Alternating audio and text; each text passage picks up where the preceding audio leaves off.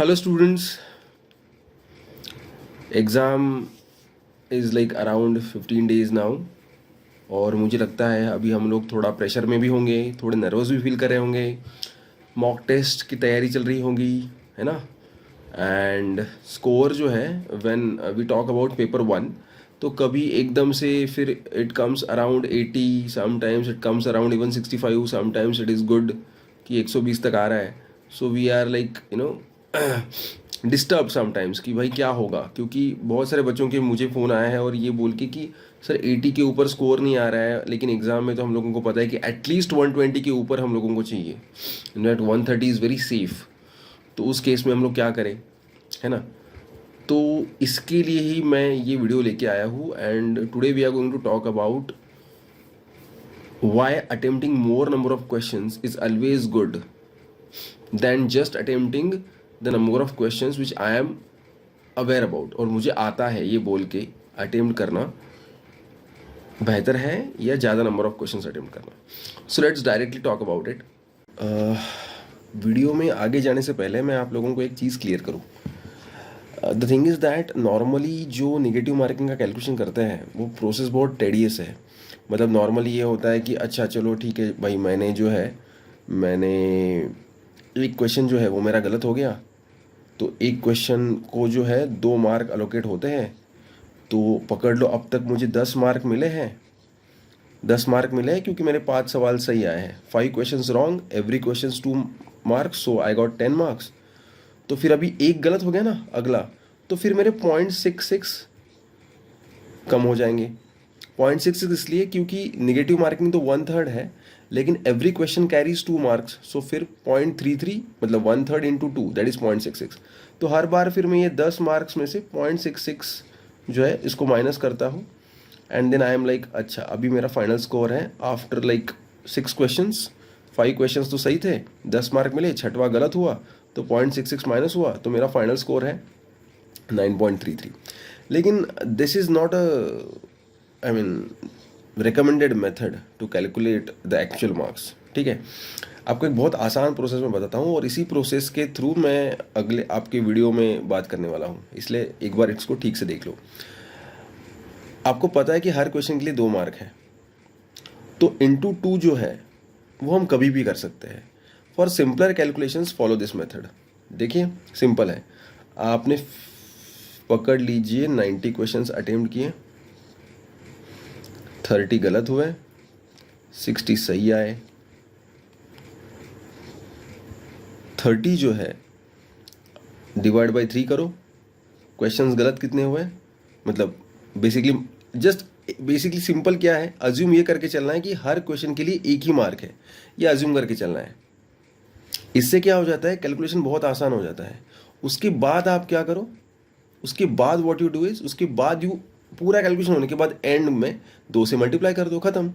For now I am just considering कि एक question को एक ही मार्क है। Calculation is very easy then. 30 question गलत हुए, 1/3 नेगेटिव है, डिवाइड बाई 3 करो, कितने मार्क्स कटेंगे, 10 मार्क्स मिलेंगे कितने, 60। माइनस करो 10 मार्क्स को, मार्क्स कितने मिले, 50, इंटू 2 किया, फाइनल स्कोर आया 100। This is the best way to calculate. And what is the strategy, हर क्वेश्चन को एक ही मार्क मिलेगा, ये अज्यूम करके चलो, just for calculation. So it is much easier to calculate and then just at the end multiplied by 2। So instead of following this tedious method, follow this method, this is much better.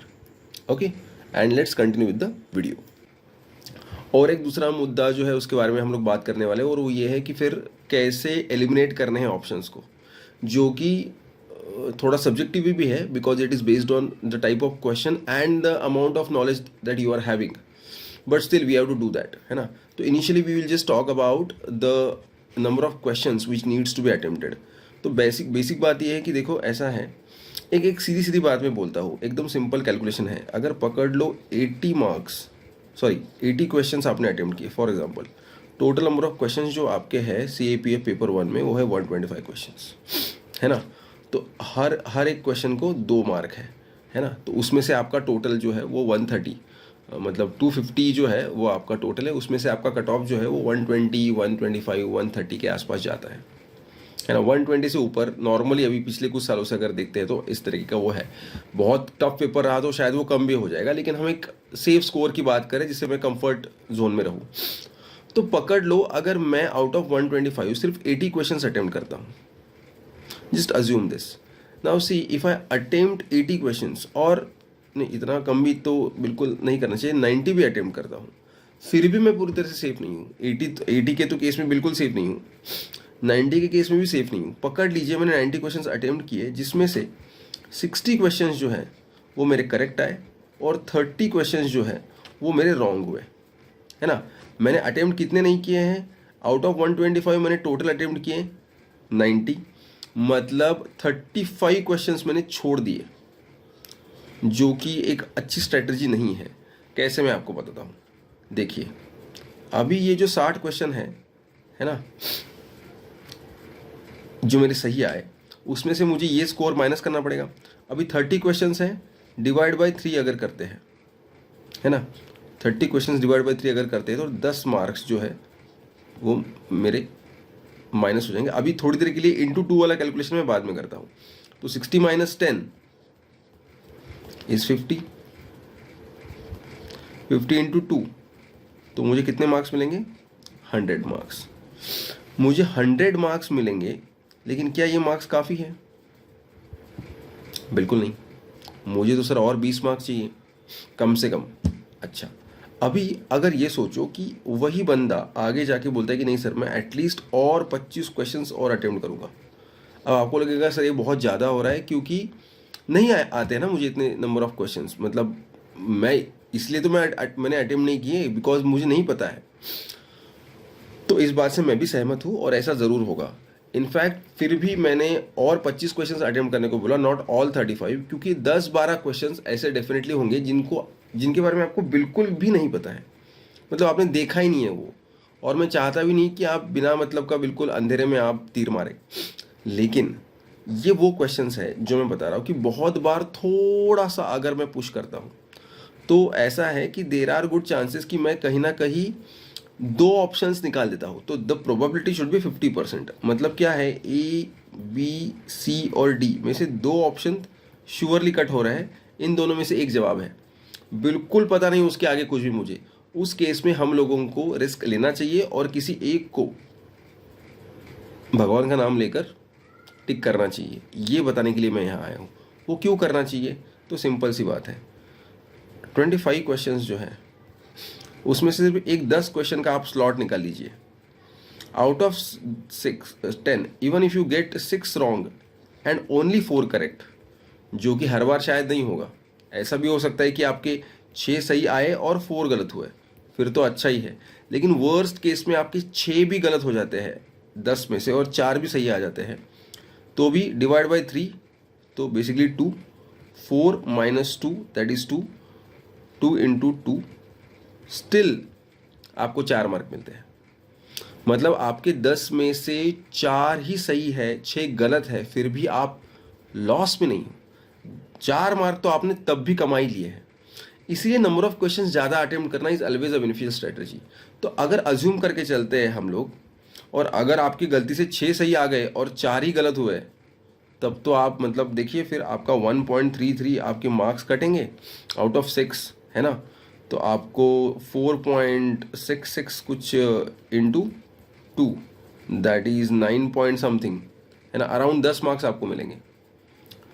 तो ये है, खैर ये important नहीं है, we should be always prepare for worst. इसलिए यही calculation important है कि अगर हमारे 6 भी गलत होते हैं तो भी हम लोग बेनिफिट में हैं। आपको इससे भी बदतर केस बताओ, अगर 7 भी आपके गलत हो जाते हैं और 3 भी सही है, तो भी 0.33 आप बेनिफिट में ही रहोगे। मतलब नुकसान तो बिल्कुल नहीं है अगर आप ज़्यादा नंबर ऑफ क्वेश्चन अटेम्प्ट करते हैं।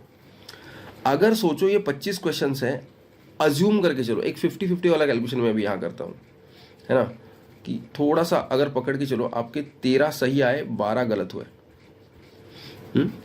तो ये थोड़ा सा मैं कैलकुलेशन आसान करने के लिए भी कर रहा हूँ। डिवाइड बाई 3 कर दिया तो 4 मुझे माइनस करने पड़ेंगे, 13 minus 4 that is 9, 9 into 2 that is 18। कितने मार्क्स मुझे मिले, 18 मार्क्स, जस्ट बिकॉज मैंने अगले 25 क्वेश्चन अटेम्प्ट किए, उसमें से आधे गलत हो गए। आधे सही हो गए, तो फिर भी मैं बोनस में हूँ। तो यहाँ मैं कहाँ आके रुका था, कितने मार्क्स पे आके रुका था, 100। अभी ये एडिशन कितने हो गए, 11, तो मैं 100 प्लस 18 मतलब 118 के आसपास आ गया। अब ये सब मैं एकदम वर्स्ट सिनारियो बता रहा था कि भाई 90 अटेम्प्ट किए, उसमें से 30 गलत हो गए, 60 सही है। लेकिन ऐसा होगा कि आपके 70 सही होंगे शायद और 20 ही गलत होंगे, है ना। और फिर भी मतलब उस केस में भी अगर, तो उस केस में तो बहुत बढ़िया है कि आप और 25 अटेम्प्ट करते हो, तो फ़ायदा क्या होगा कि बेसिकली ये चीज़ जो है वो आपकी इम्प्रूव हो जाएगी, है ना।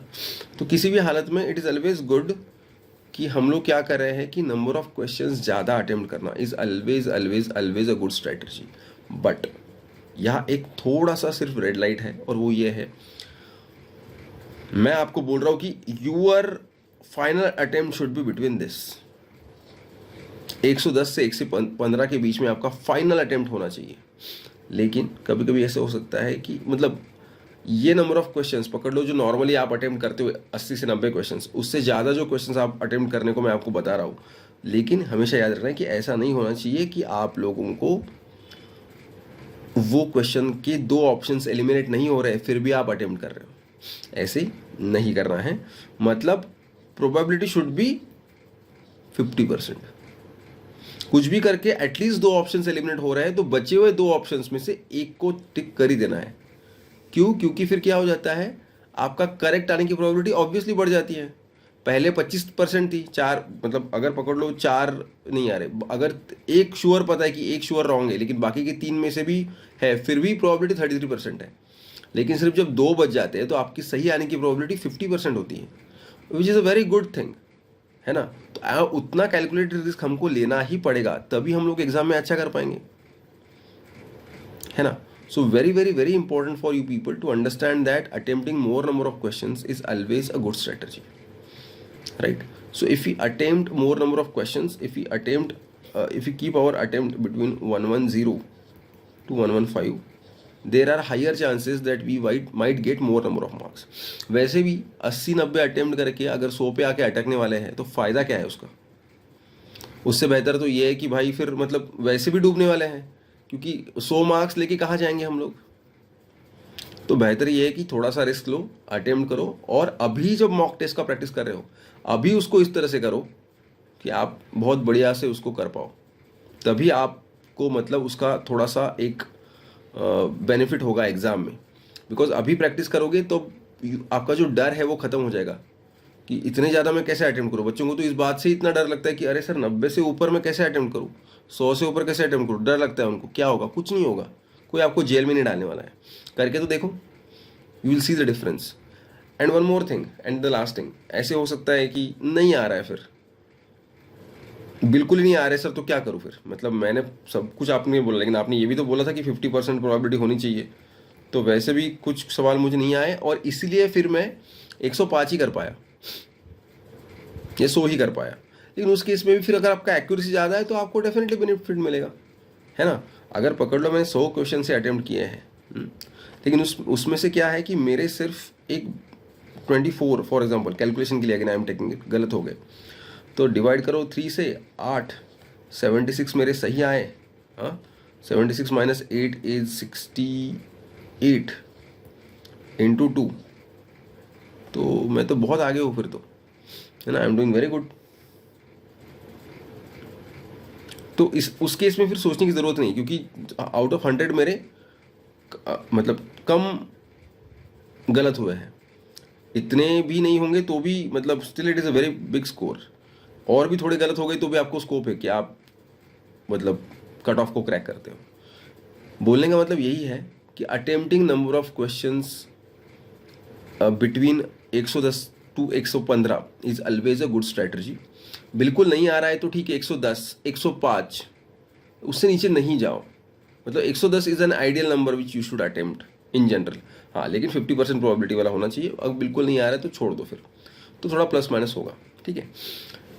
Now that we have talked about कि ओके ये हम लोगों का है कि हम लोग बात करें कि इन जनरल कोई कैसा भी पेपर है, हमारा अटेम्प्ट अच्छा होना चाहिए, अटेम्प्ट अच्छा होना चाहिए। और ये जो मैं आपको बता रहा हूँ ये प्रूवर एंड टेस्टेड है, ठीक है। ये हम लोग सब कुछ ट्राई कर चुके हैं और ये बहुत ही सही चीज़ है। आप नंबर ऑफ क्वेश्चन ज़्यादा अटेम्प्ट करते हो तो आप हमेशा बेनिफिट में होते हो. सो दिस इज ट्रूली मतलब प्रूवन एंड टेस्टेड. ठीक है. अगर हम बात करते हैं कि okay now this is one thing. अभी एक बात ये होती है कि फिर ओके सर ये तो है, लेकिन सर फिर कैसे हम लोग क्वेश्चन पेपर को डील करें एक्चुअली. तो उसकी बात अगर हम लोग करते हैं, ये देखो अभी आपके सामने एक क्वेश्चन पेपर है, ये आई थिंक 2022 का है शायद. इन जनरल अगर कुछ सवाल जो आते हैं, देखो अलग अलग टाइप के. अभी मैथ्स तो है, वो तो सॉल्व करना है आपको. तो अभी अगर आपको ये दिख रहा है, फॉर एग्जांपल क्वेश्चन नंबर 46 है, जहाँ कुछ टेक्नोलॉजी की बात हो रही है, कुछ है इलेक्ट्रोमैग्नेटिक एयरलिफ्ट सिस्टम, अभी ये पूछा है. अभी ऐसे सवालों में बहुत बार क्या होता है कि चारों ऑप्शंस मतलब है, लेकिन बिल्कुल कुछ समझ भी नहीं आ रहा. तो ऐसे केस में अगर आप अटेम्प्ट नहीं करते हो और अगर आप छोड़ देते हो तो इट इज़ एक्सपेक्टेड. ठीक है, कोई दिक्कत नहीं है, मुझे ये नहीं आया. लेकिन फिर इसके नीचे वाला क्वेश्चन है, कंसिडर द फॉलोइंग स्टेटमेंट्स. और यहाँ अब इन लोगों ने क्या किया है, 2 स्टेटमेंट दिए हैं और ये बहुत सही क्वेश्चन है. यहाँ उन्होंने 1 2 बोथ नाइदर, दैट्स इट. अब आपको इसमें से एक भी स्टेटमेंट पता है कि ये श्योर सही है या फिर श्योर गलत भी है, तो भी 50% प्रोबेबिलिटी एकदम आराम से. चलो देखो पकड़ लो. आपको सेकंड के बारे में आपको कुछ नहीं पता, लेकिन आपको ये पता है कि एल्यूमिनियम पाउडर का इस्तेमाल करते हैं फॉर एग्जाम्पल, श्योरली तो करते हैं. तो 1 इज 100% करेक्ट. तो अगर 1 इज 100% करेक्ट तो यहाँ 1 है क्या, नहीं, ये ऑप्शन गया. ये भी ना इधर 1 और 2 बोल रहा है, तो ये भी ऑप्शन गया. मतलब दोनों में से आपको चुनना है. और अगर आपको सेकंड ऑप्शन बिल्कुल नहीं पता, फिर भी आप रिस्क लो और किसी एक को टिक करो. इस केस में पकड़ लो, मैं सी को टिक कर दूंगा और आगे बढ़ जाऊंगा. इवन दो मुझे पता है कि मुझे 100% नहीं पता था, लेकिन 2 ऑप्शन एलिमिनेट हो गए, तो 50% प्रोबेबिलिटी तक मैं आ गया, खत्म. अच्छा, अब ये एक तरीका. दूसरा क्या है, कभी कभी ये हो जाता है कि आपको, बहुत बार ऐसा होता है हम लोगों के साथ कि कोई चीज़ नहीं है, मतलब सही नहीं है. गलत क्या है वो मुझे पता होता है, सही क्या है ज़्यादा पता नहीं है तो हम लोगों को, लेकिन गलत क्या है वो पता है. तो गलत क्या है, नहीं नहीं नहीं नहीं, ये liquid fuel propelled rocket engines the thrust per amount of fuel burned is higher. For example मैं बता रहा हूँ, मतलब मुझे नहीं पता ये क्या सच है, कि ये गलत है. मुझे 100% पता है कि सेकंड गलत है, फर्स्ट का मुझे पता नहीं है, लेकिन second is wrong. If second is wrong then obviously this and this are eliminated. क्योंकि सेकंड रॉन्ग है तो फर्स्ट आइदर रॉन्ग होगा, तो नाइदर 1 और 2 आएंगे या फिर 1 ओनली. उस केस में भी रिस्क ले लो और किसी एक को टिक कर दो, क्योंकि आपके 2 ऑप्शन एलिमिनेट हो गए हैं, 50% प्रोबेबिलिटी है, तो बिल्कुल 100% को टिक करना है. ये एक चीज़, ये एक टाइप का क्वेश्चन है. अभी देखो 50 नंबर वाला जो क्वेश्चन है, यहाँ क्या है, डायरेक्टली फैक्ट है, फैक्चुअल है, पता है, ठीक है, थोड़ा दिमाग लगा के सोच सकते हैं, लेकिन नहीं आता है तो छोड़ ही देना है इसको, क्योंकि ये फैक्चुअल क्वेश्चन है, यहाँ कुछ नहीं कर सकते. लेकिन ये जो सब्जेक्टिव टाइप के क्वेश्चन है, यहाँ आप इस लॉजिक को इस्तेमाल कर सकते हो. ठीक है. अभी देखो ये एक सवाल है, with consider the following missiles, which of the above are cruise missiles.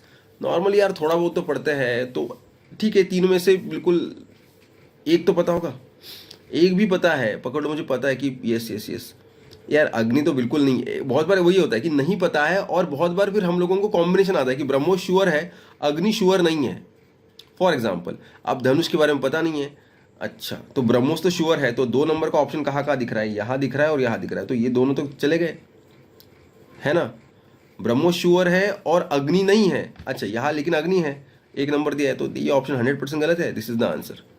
तो इसका मतलब धनुष अपने आप निकल गया पिक्चर से बाहर. तो बहुत बार ऑप्शंस आपको हेल्प करते हैं, है ना. I will repeat this one.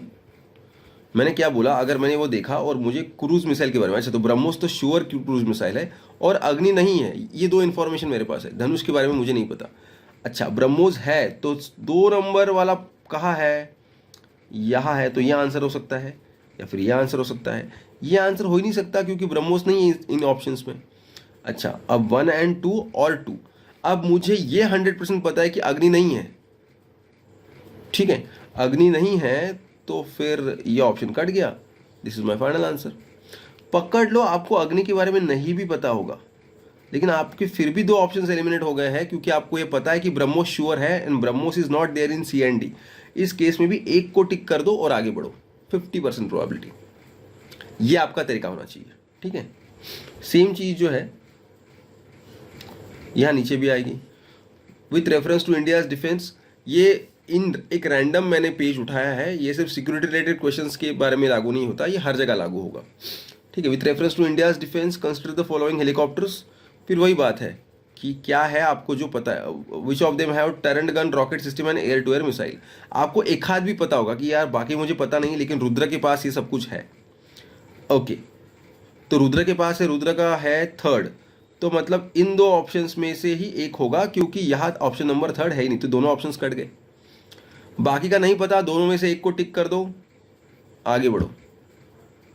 50% probability, yes you have to take the risk in any case, ठीक है। अब एक और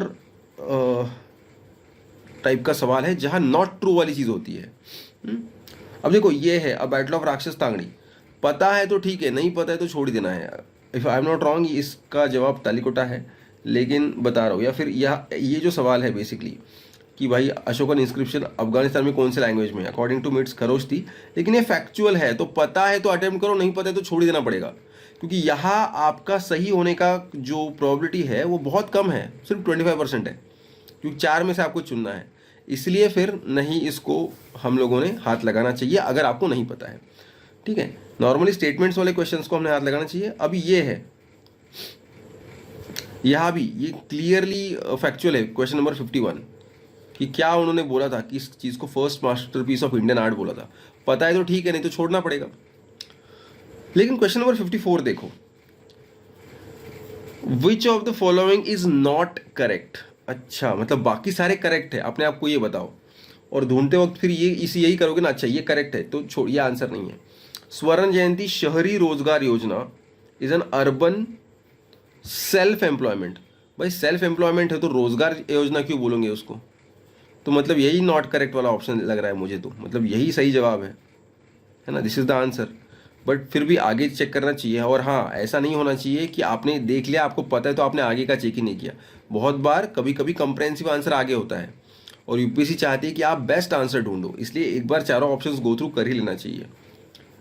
ओके, नॉट करेक्ट ना, okay. Drought prone area programme and desert development programme were launched in 1970s। हाँ यार, ये तो उसी दरमियान लॉन्च हुए थे, ओके। या फिर I am not sure about it, ठीक है, तो यहाँ क्वेश्चन मार्क है, ठीक है, चलो। द संपूर्ण ग्रामीण रोजगार योजना was launched after restructuring the integrated rural development scheme IRDP in 2001। Okay, ये भी मुझे पता है, नहीं पता है, ठीक है। तो स्वर्ण जयंती ग्राम स्वरोजगार, देखो कभी भी सेल्फ एम्प्लॉयमेंट होता है उसको स्वरोजगार बोलते हैं, बिकॉज सेल्फ एम्प्लॉयमेंट है ना, क्लियर। स्वर्ण जयंती ग्राम, ग्राम मतलब रूरल, स्वरोजगार मतलब सेल्फ, है ना। तो ये तो 100% सही है, तो ये ऑप्शन हो नहीं सकता। अभी मेरे हिसाब से, मतलब एज अ स्टूडेंट मुझे पता है ड्रॉट प्रोन एरिया और डेजर्ट डेवलपमेंट 1970s में आए थे, तो मुझे पता है ये सही है। तो मेरे हिसाब से तो यही गलत है, इसके बारे में मुझे आइडिया है नहीं।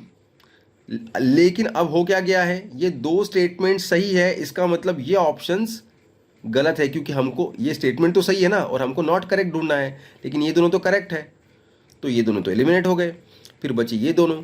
तो मुझे श्योरली लग रहा है कि यही जवाब है, क्योंकि ये गलत है स्टेटमेंट, ठीक है, ये नॉट करेक्ट है। लेकिन फिर भी इस पर डाउट है, लेकिन फिर भी 50% प्रोबेबिलिटी के पास तो आ गए ना, तो किसी एक को टिक कर दो, आगे बढ़ो। ये आपका तरीका है। तो हमने बात की दो चीज़ों के बारे में, एक तो ये थी कि भाई अटेम्प्ट ज़्यादा होना चाहिए, और इस तरह से फिर आपको क्वेश्चंस के साथ डील करना है। अगर कोई डायरेक्टली फैक्चुअल है तो छोड़ ही देना पड़ेगा, नहीं पता है बिल्कुल तो। लेकिन ऐसे जो सवाल है नॉट करेक्ट वाले, या स्टेटमेंट बोथ नाइदर 1 और 2, या फिर 1 and 2, 1 and 3 and something like that, please try to understand that there are higher chances that you will get more number of marks if you try to give an attempt in case of 50% probability, right. तो सिर्फ पढ़ाई करके exam crack नहीं होती है, ये जो technique है इसको आपको फॉलो करना पड़ेगा, तभी आपका स्कोर बढ़ेगा और आप कट ऑफ को क्रॉस कर पाओगे, राइट। वैसे भी हम लोगों को ज़्यादा मार्क्स स्कोर इसलिए भी कर रहे हैं क्योंकि हम लोगों को ओवरऑल जो आपका रिजल्ट आता है उसमें पेपर 1 और पेपर 2 दोनों का कंबाइन ही होता है, राइट। तो जितने ज़्यादा मार्क्स आएंगे उतना अच्छा ही है। So try harder, right, that is very important for you people, okay. So all the very best, ठीक है, and make sure that you follow this technique, and follow this technique right now in your mock test, then things will change, okay. So all the very best. If I come out with something new, definitely I'll be sharing with you, ठीक है, onwards, right. All the very best.